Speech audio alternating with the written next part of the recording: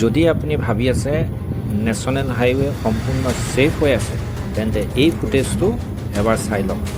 নগাঁৱৰ পৰা তিনিচুকীয়ালৈ পৰিয়ালৰ সৈতে ৰাওনা হৈছিলোঁ। ওলোৱাৰ আগতে যোৱা ৰাতি 10 বজালৈকে মই টিভি চেনেল, নিউজ আৰু ছ'চিয়েল মিডিয়াৰ পূৰা চেক কৰিছিলোঁ। পৰহিলৈ খবৰ কিছুমান আছিল।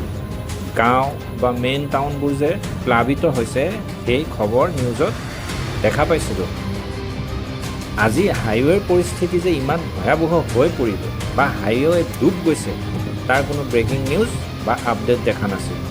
মই ভাবিছিলোঁ হয়তো ৰাস্তা অলপ ঠিক হৈছে আৰু গাড়ী ঘোঁৰাও চলি আছে, গতিকে আমি ওলাই যাব পাৰিম। এতিয়া মই গম পোৱা নাই ভুলটো কাৰ। মই সঠিক খবৰ দিয়া চেনেলৰ লগত সম্পৰ্ক কৰিব পৰা নাছিলোঁ নে প্ৰেছ আৰু ছ'চিয়েল মিডিয়াই এই হাইৱেৰ ইমান ডাঙৰ খবৰটো কভাৰেই নকৰিলে। টিয়ক পাওঁতে ৰাস্তাত অলপ পানী জমা হৈ আছিল, কিন্তু গাড়ীখন সহজে পাৰ হৈ গৈছিল।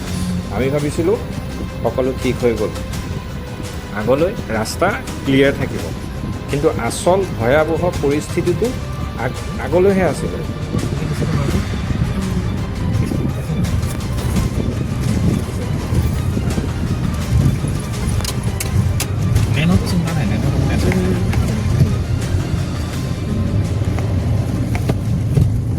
টিয়ক পাৰ হোৱাৰ পিছত আমি ৰিলেক্স হ'লোঁ, ভাবিলোঁ পৰিস্থিতি আগলৈ ভাল থাকিব।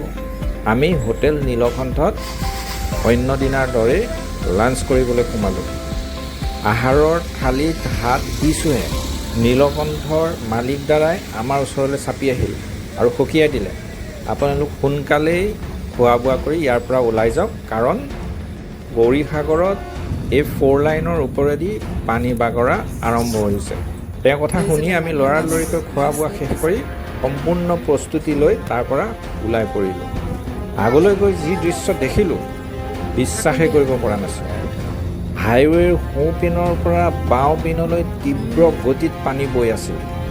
সোঁপিনৰ লেনটো সম্পূৰ্ণৰূপে পানীত ডুব গৈ আছিল। কেৱল এটা ফালেদিহে গাড়ী অহা যোৱা কৰিবলৈ দি আছে, তাকো তাৰে ওপৰেদি পানীৰ যি সোঁত কল্পনা কৰিব পৰা নাই। জাজিৰ পৰা প্ৰায় 5ৰ পৰা 6টা স্থানত মানুহে ইমান বিপদৰ মাজতো যেনে তেনে গাড়ী পাৰ কৰি থাকিবলগীয়া হৈছে। ইয়াত এটা ডাঙৰ প্ৰশ্ন উত্থাপন, নগাঁৱৰ পৰা শিৱসাগৰৰ জাজিলৈকে ইমান দূৰ অহাৰ পিছতো আমাকো ক'তো কোনো ৱাৰ্ণিং দিয়া নহ'ল। চৰকাৰ বা প্ৰশাসনে টোল গেট, মেইন টাউন বা ডিষ্ট্ৰিক্ট বৰ্ডাৰবোৰত ডিজিটেল ডিছপ্লে বা এলাৰ্ট বক্স লগাই জনসাধাৰণক আগতীয়াকৈ খবৰ দিব নোৱাৰে নেকি? টোল প্লাজাই চুপচাপ টেক্স লৈ আছে, কিন্তু আগত কি পৰিস্থিতি চলি আছে যাত্ৰীক জনাব নোৱাৰে নেকি? এনে পৰিস্থিতিত আটাইতকৈ ডাঙৰ বিপদটো হ'ল গাড়ীৰ ইঞ্জিনত পানী সোমাই হাইড্ৰলক হৈ গাড়ী থিতাতে বন্ধ হৈ যোৱা। যদি আপুনি বাধ্য হৈ পানীৰ মাজেৰে গাড়ী পাৰ কৰিবলগীয়া হয় তেন্তে এই 3টা কথা মনত ৰাখি লওক, কাৰণ আপোনাৰ কাৰণে ইয়াতে কোনেও দায়িত্ব নলয়, না চৰকাৰ, না প্ৰশাসন, না এইদৰে টেক্স উঠাই থকা এই টোল প্লাজাবোৰ। গতিকে ছেফটি নিজৰ হাতত লৈ চলিব। এইখিনি সময়ত মই আপোনাক 3টা কথা জনাওঁ। যদি আপুনি ফুটেজত দেখি থকা দৰে পৰিৱেশৰ মাজেৰে আপুনি গাড়ী পাৰ কৰিবলগীয়া হৈছে তেন্তে 3টা কথা মনত ৰাখি লওক। প্ৰথম, ফাৰ্ষ্ট বা ছেকেণ্ড গিয়াৰত এক্সিলেটৰ ধৰি গাড়ীখন লাহে লাহে পানীৰ মাজেৰে আগুৱাই নিয়ক, যাতে এক্সজষ্ট পাইপৰে পানী ভিতৰলৈ কোনো কাৰণত সোমাব নোৱাৰে। দ্বিতীয় কথাটো হৈছে ভুলতো পানীৰ মাজত গিয়াৰ শ্বিফ্ট কৰাৰ চেষ্টা একেবাৰেই নকৰিব।